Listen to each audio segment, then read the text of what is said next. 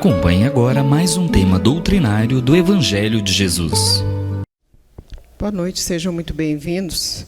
Essa mensagem trazida no capítulo 21 do Evangelho segundo o Espiritismo é do próprio codificador.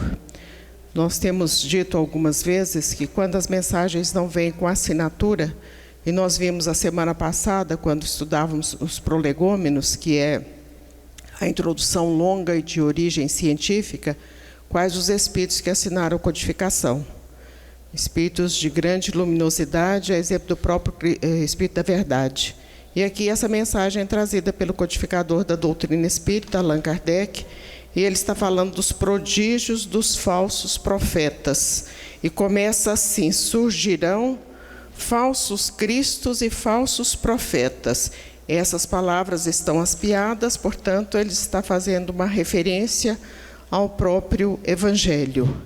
E Jesus já deu a diretriz da importância de observarmos a conduta dos profetas, e que depois o nome mudou-se para médiuns, porque antes de profetas, ou ao mesmo tempo que existiam profetas, existiam também nas religiões politeístas, que acreditavam em muitos deuses, outras denominações para a profecia ou para a mediunidade, que eram as sibilas, os magos, as pitonisas, que eram a mesma coisa que se dizer que eram médiuns. E a gente vai observar, por exemplo, em Atos dos Apóstolos 8, 9 e 10, quando o apóstolo Simão, Pedro, chega a Samaria, a região da Samaria, e lá existia um mago. A palavra usada em Atos dos Apóstolos, lembrando que Atos dos Apóstolos é um dos livros do Novo Testamento, escrito pelo evangelista Lucas, e evidentemente que Atos dos Apóstolos não eram as ações que os apóstolos realizaram nesse período do cristianismo primitivo. E quando o apóstolo Pedro chega nessa região da Samaria, existia esse mago que se chamava Simão. E o apóstolo Pedro, ele é envolvido pelo Espírito Santo. A orientação que a gente recebe, o ensinamento que nós recebemos da doutrina espírita, que não é somente um espírito, como a gente aprendeu em alguns momentos nas religiões tradicionais. São os espíritos santificados. Portanto, o Pentecostes, que foi aquela manifestação daquela quantidade de espíritos, eram espíritos santificados que ali se manifestavam naquele momento. E quando o apóstolo então se aproxima, quando ele está nessa região da Samaria, que ele chega nesse local, esse Simão percebe, porque ele tinha mediunidade. Porém, a mediunidade dele era uma mediunidade equivocada. E aí, quando ele percebe que o apóstolo Pedro havia recebido o Espírito Santo, ou os Espíritos Santificados, ele fica tão entusiasmado com aquilo, ele achou aquilo ali tão sensacional, que ele oferece para comprar a mediunidade do apóstolo Pedro, Simão Pedro. Daí surge a palavra simonia, vem de Simão, que é a venda das coisas santas. Essa simonia foi algo muito usado em determinado período da história, sobretudo na Idade Média, medieval, onde se vendeu a grosso e a retalho qualquer coisa que imaginava com relação às indulgências, com relação às compras dos perdões. Então, tudo isso foi muito... a história universal registra esses fatos, e foi motivo para que Francisco de Assis começasse a alertar que as coisas não poderiam ser feitas daquela maneira. E depois Martinho Lutero também vem, e ele promulga suas 95 teses, ele coloca na porta das igrejas as 95 teses, e entre os assuntos que ele estava tratando era exatamente esse, condenando a simonia. Essa simonia, qualquer coisa que a gente for mercantilizar, que não seja nossa, portanto, a mediunidade não é nossa, a mediunidade é dos espíritos, a manifestação é dos espíritos, a mediunidade é uma coisa santa, nas palavras de Kardec, então nós não podemos mercantilizar a mediunidade. seja de qualquer maneira. Então, não se pode vender oração, vender água benta, vender passe, vender rituais litúrgicos, sacramentos, qualquer coisa que esteja ligada à religiosidade, à mediunidade, aos dons de Deus, não podem ser vendidos. Daí o trabalho excepcional de Francisco Cândido Xavier, porque nós imaginarmos os milhares e milhares de livros que foram vendidos e são vendidos até hoje, que foram psicografados por ele, e todos os livros foram doados, os direitos autorais, primeiramente para a Federação Espírita Brasileira, e depois foram doados para outras instituições espíritas, todas elas com o objetivo de auxiliar, de favorecer aquela instituição espírita. Então, Francisco Cândido Xavier teve uma mediunidade santificada mesmo, mas ele fez por onde que tudo isso acontecesse. A estatura moral, porque nós vimos no decorrer do texto da importância da estatura moral do médium, porque a única coisa que faz os espíritos equivocados respeitarem é a estatura, quer dizer, as condições morais do médium. Mas o fato não acontece tão somente com o apóstolo Pedro nessa ação que nós estamos comentando, que está no livro Atos dos Apóstolos. Se nós pegarmos o livro Paulo e Estevão, está aqui Paulo e Estevão, obra-prima da literatura mundial. Não é somente da literatura espírita, não. É a obra mais completa, a biografia mais completa do apóstolo Paulo, está aqui, psicografada por Francisco Cândido Xavier também, de autoria do Espírito Emmanuel. Quando Chico foi psicografar essa obra, ele ainda residia em Pedro Leopoldo, na Fazenda Modelo, onde grande parte do livro foi recebido. As entidades espirituais, os mentores espirituais fizeram um círculo de proteção para que nada pudesse conspurcar, macular o trabalho que estava sendo realizado por ele. E ele adentrava a cena, em alguns momentos, ele vivia como se fosse um teatro, como se fosse um filme, ele vivia aquelas cenas todas ali naquela Galiléia distante, naquelas regiões por onde o apóstolo passou, e os momentos no momento em que ele se encontra com Jesus, e também alguns momentos que ele se encontra com o apóstolo Estevão e com Abigail. E num determinado momento que ele chega na cidade de Filipos, na comunidade de Filipos, e que depois tem até uma carta a essa comunidade, lá existia uma pitonisa, que era uma médium. E vamos ver como é que foi que o apóstolo aborda ou foi abordado por essa médium. Porque qualquer um de nós, que alguém nos disser assim, nossa, mas você tem tanta luz, nossa, mas você é uma pessoa assim, que tem uma aura maravilhosa, a gente acredita? Nós acreditamos, a gente tem certeza que aquela pessoa está falando sério conosco. Ele não foi assim que ele procedeu, vamos ver. Possuía uma pitonisa, o Emmanuel escrevendo, né? Que se celebrizara nas redondezas como nas tradições de Delfos, aí lembrando do oráculo de Delfos, que é também um dos nomes da mediunidade, oráculo. Então ela era muito famosa. E a hora que o apóstolo desceu, que ele chegou lá, ela disse assim: a mediunidade era utilizada por espíritos menos evoluídos. O Emmanuel dizendo isso. E aí a hora que ele chega, ela começa: recebei os enviados do Deus Altíssimo. Falando que estava chegando ali um enviado do Deus Altíssimo. Eles anunciam a salvação. Eles eram quem? Paulo e Silas. Silas estava sempre próximo a Paulo. E continua falando, enaltecendo a figura dos dois. Assim, terminada a pregação na praça, quando a jovem começou a gritar, quer dizer, já viu o desequilíbrio, né? Porque não precisa gritar para dizer que está recebendo espírito, e nem para conversar com eles. recebei os mensageiros da redenção. Não são homens, são anjos do Altíssimo.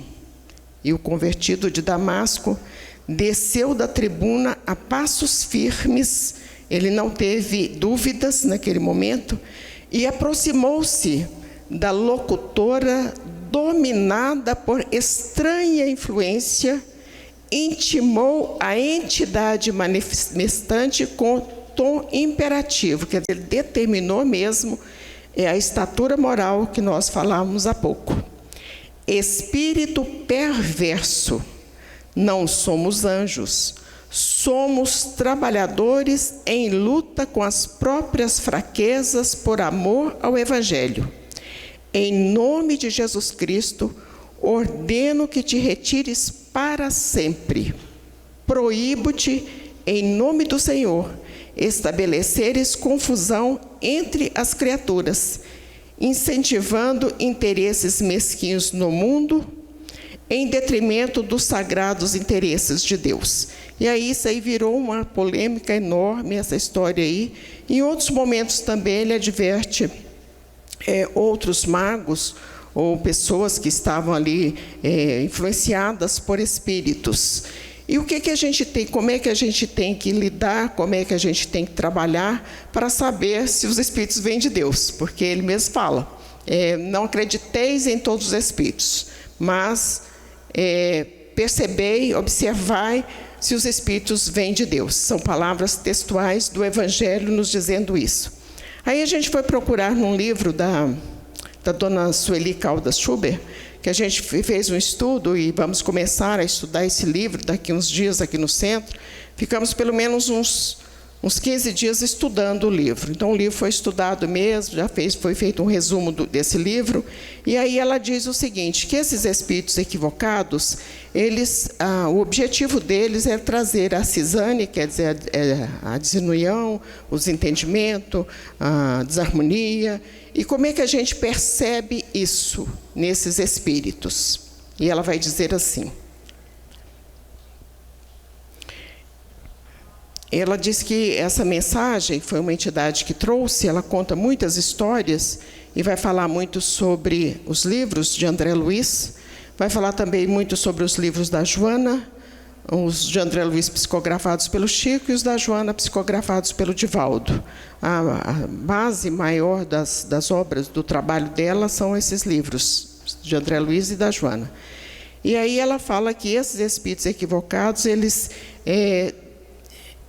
pretendem demonstrar que são mais fortes.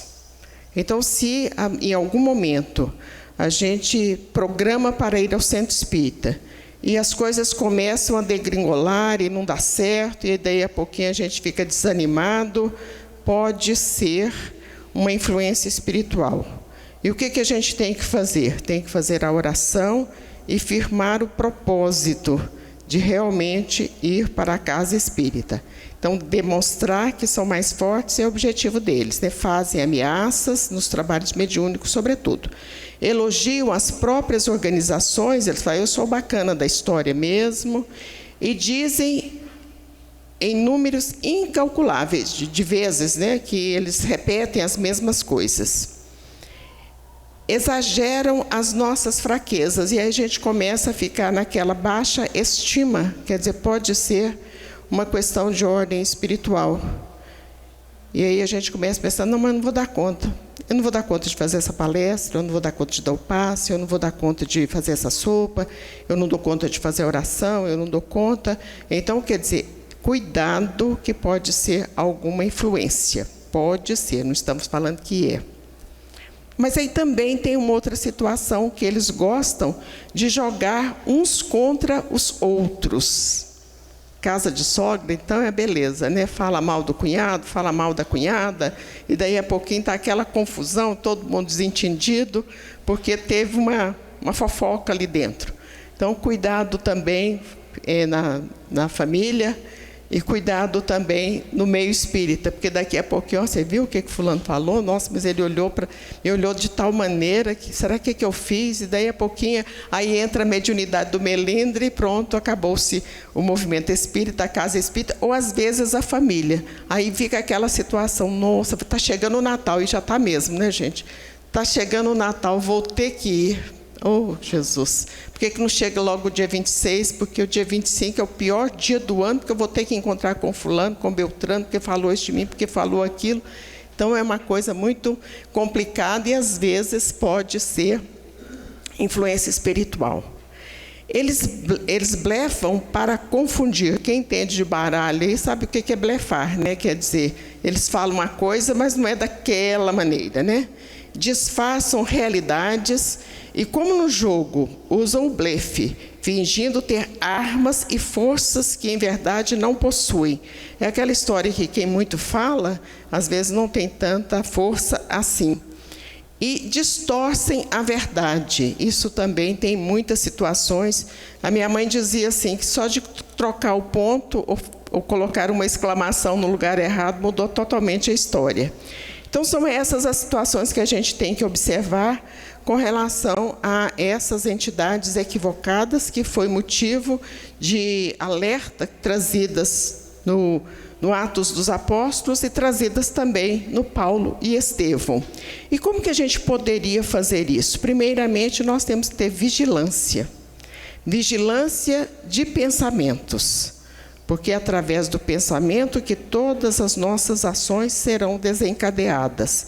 Quem fala isso? Emmanuel, no livro Pensamento e Vida. E o André Luiz também vai fazer muitas considerações pertinentes às condições do pensamento, e o próprio codificador também, no Livro dos Espíritos e na Revista Espírita de Paris. Então, é vigilância. Por isso, quando Jesus disse, vigiai e orai, ele falou primeiro para a gente vigiar, porque é através da invigilância que tragédias acontecem todos os momentos. Um minuto a gente pode complicar a vida por séculos, porque a gente ficou nervoso, tirou a própria vida, tirou a vida do outro, desencadeou um fuxico dentro de casa, de consequências gravíssimas, cometeu um ato de corrupção, pequeno ou grande, mas que vai trazer consequências nefastas por muitos e muitos séculos. E, através dessa vigilância, aliada à disciplina, porque disciplina é algo tão importante nas nossas vidas, que foi o próprio Emmanuel que fez uma exigência a Francisco Cândido Xavier com relação à postura dele face à obra da doutrina espírita, os livros. Imaginemos se o Chico não tivesse a disciplina que ele teve, aí chega o Emmanuel lá e fala, agora está na hora do livro. Não, mas agora eu quero dormir. Não, mas agora eu quero ir. Naquela época não tinha shopping, né? Mas tinha loja, né? Agora eu quero fazer outra coisa, agora eu quero conversar com meu amigo, agora eu quero escutar o rádio, né? Rádio Nacional, Repórter Esso. E o Emmanuel ia ficar esperando, então havia necessidade, sim, de muita disciplina. E dentre essas disciplinas está realmente a do silêncio. E, sobretudo, na casa espírita, é importantíssimo que a gente tenha essa postura de silêncio. E nós vamos ver nesse livro, quem tiver a oportunidade de estudar conosco o livro, nós vamos ver como é que é a organização, o nome está falando, dimensões espirituais do centro espírita. Nós vamos ver como que os espíritos trabalham dentro de um centro espírita. Num determinado momento, a Sueli, vai dizer o seguinte, que nós chegamos no centro espírita, aqueles que abrem o centro, chegam 7 horas, e a hora que termina 9, 9h30, fecha o centro e vai embora. É assim que a gente faz. Todos os centros são assim, todas as pessoas encarnadas é assim. No entanto, 2 dias, 3 dias antes, os espíritos já estão, os mentores já estão trabalhando para que esse trabalho ocorra. Porque aqui, se nós estamos em 100, 100 e poucas pessoas, deve ter 300, 400 espíritos que estão aqui para participar do trabalho, para ouvir a palavra do Evangelho, para receber as energias do plano espiritual. A hora que termina o trabalho, eles ainda continuam os mentores, porque com a quantidade de espíritos que a gente está dizendo que estão aqui, E espíritos, às vezes, dementados, espíritos que têm séculos que estão na erraticidade, até que se recolhe todos esses espíritos, então, eles ainda continuam aqui. E não é somente esse livro da Sueli, como nós falamos, ela está sintetizando outras obras, mas quem leu Memórias de um Suicida deve se lembrar dos fatos que acontecem também no centro espírita, num determinado momento que eles não tinham, os dois espíritos não tinham para onde ir, ali eles estavam em Portugal, não queriam ir para a igreja, porque eles não gostavam de igreja, não queriam ir para a casa de algumas pessoas, porque imaginavam que poderia estar perturbando as pessoas. Eles resolvem ir para o centro espírita. Então, aqui é o hospital e a escola. E se tem alguma pessoa enferma, aonde ela vai procurar? Vai procurar o hospital, pronto-socorro. Se tiver alguém querendo estudar, aprender, está difícil, né? A querer estudar e aprender, mas se tiver alguém querendo estudar, aprender, ele vai matricular na escola de inglês, na escola de francês, na escola de informática, ou na escola tradicional mesmo. Então, aqui, sendo escola e hospital, os espíritos estão aqui. Daí a importância da nossa postura enquanto casa espírita para favorecer o trabalho dos espíritos, mentores. Mas, além disso, é o nosso discernimento. Porque diz que em armadilha de lobos, só lobos caem, né?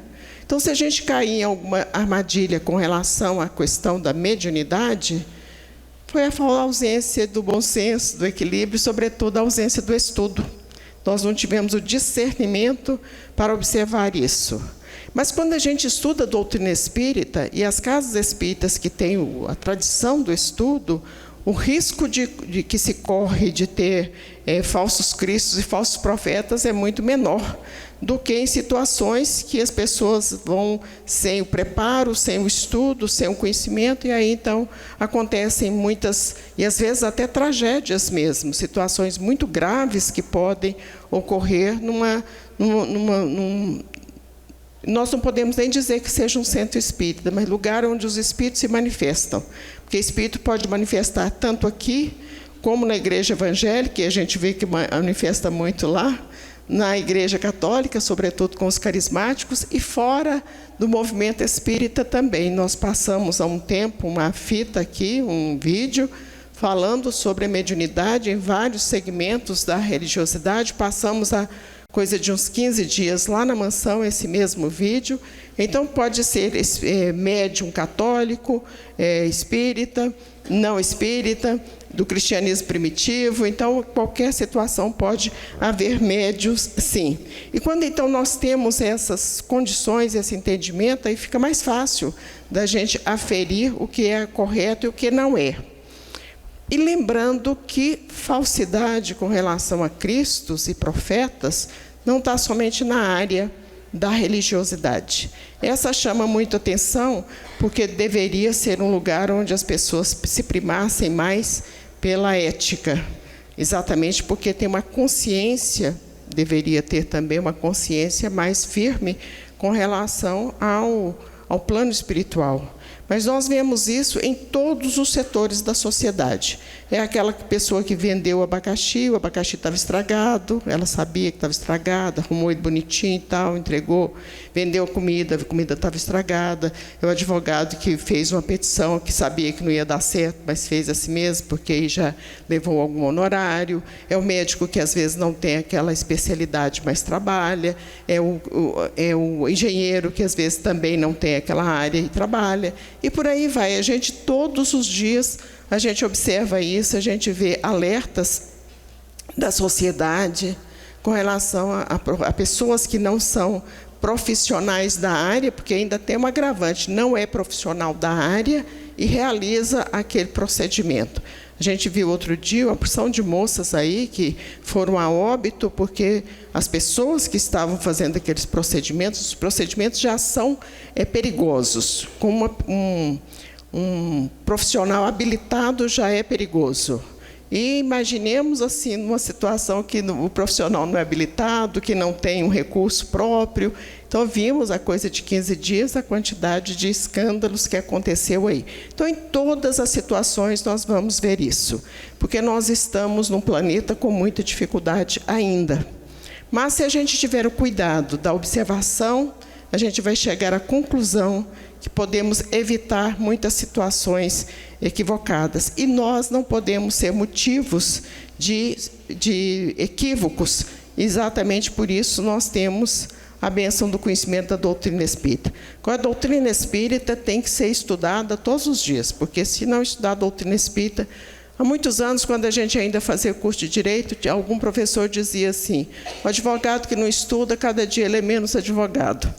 E a gente diz também, espírita que não estuda, cada dia ele menos conhecimento da doutrina espírita. Então, há necessidade, sim, desse conhecimento e desse trabalho constante, mas não nos esquecendo dos fundamentos da doutrina espírita. O fundamento da doutrina espírita é caridade acima de qualquer situação. E essa caridade, nós aprendemos a caridade no aspecto material, mas ela é muito mais abrangente. E quando a gente estuda, a gente aprende isso. A gente só vai aprender o que é caridade quando nós adentrarmos ao conhecimento da doutrina espírita. A gente vê, por exemplo, no Evangelho segundo o Espiritismo, no capítulo 15, que fala especificamente sobre a caridade. Kardec não iria contemplar um capítulo inteiro, que são 28, só para a caridade, porque ela realmente é muito necessária. E ele ainda volta na questão da caridade no Livro dos Espíritos. Então, o arcabouço da doutrina espírita é aquela frase trazida pelo Espírito Verdade, no capítulo 6º, item 5 do Evangelho segundo o Espiritismo. Espíritas, amai-vos, eis o primeiro ensinamento. Instruí-vos, eis o segundo ensinamento. Porque quando nós amamos, nós servimos, nós fazemos a caridade. E quando nós instruímos, nós não somos ludibriados e nem ludibriamos as pessoas. Isso também é princípio da ética, que é algo também muito defendido pela própria doutrina espírita. Que Jesus nos abençoe, muita paz.